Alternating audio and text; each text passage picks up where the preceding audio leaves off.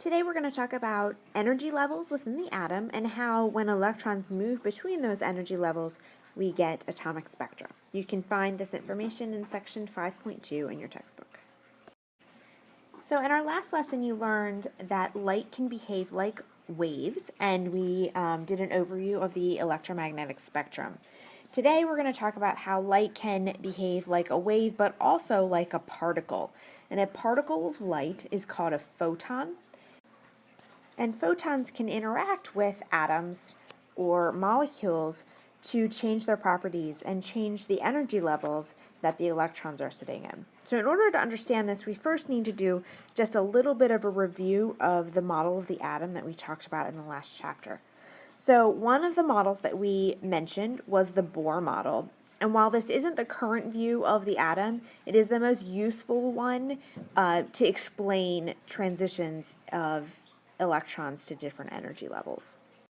So if this model represents the hydrogen atom, then we have one proton here in the middle, and then the electron, because hydrogen just has one electron and one proton, will be sitting out here in the first energy level.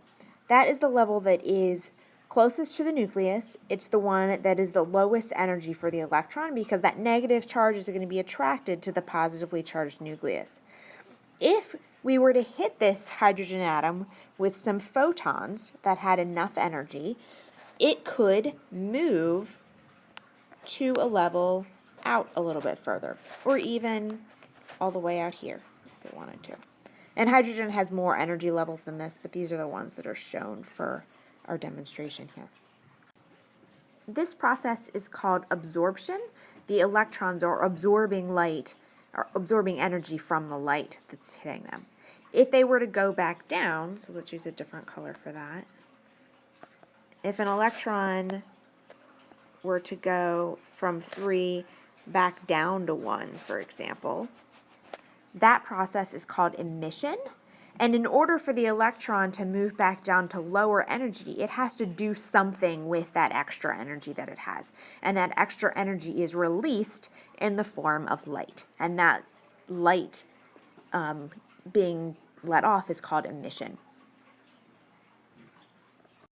And it turns out that each atom has a very specific emission spectrum based on the energy levels and their the energy between each of those levels, and also how many electrons a given atom has. So hydrogen has a pretty simple emission spectrum because it only has one electron, but as you go up or further up in the periodic table and you add more electrons, the spectra get more and more complicated.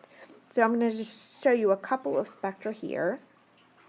We have lithium, cadmium, and strontium, and each of those has a very specific set of lines that you see when you hit those elements with photons of light. And if we were to mix some of these elements together, their emission spectrum would stay intact because it's very specific for that element. And so you can look at a spectrum of a mixture of elements and figure out which elements are present based on which lines are there. So for example, here we see a line here in the mixture, and that would correspond to this line here in strontium. Right? We don't see, for example, any lines in this region down here, so we know that cadmium can't be in that mixture.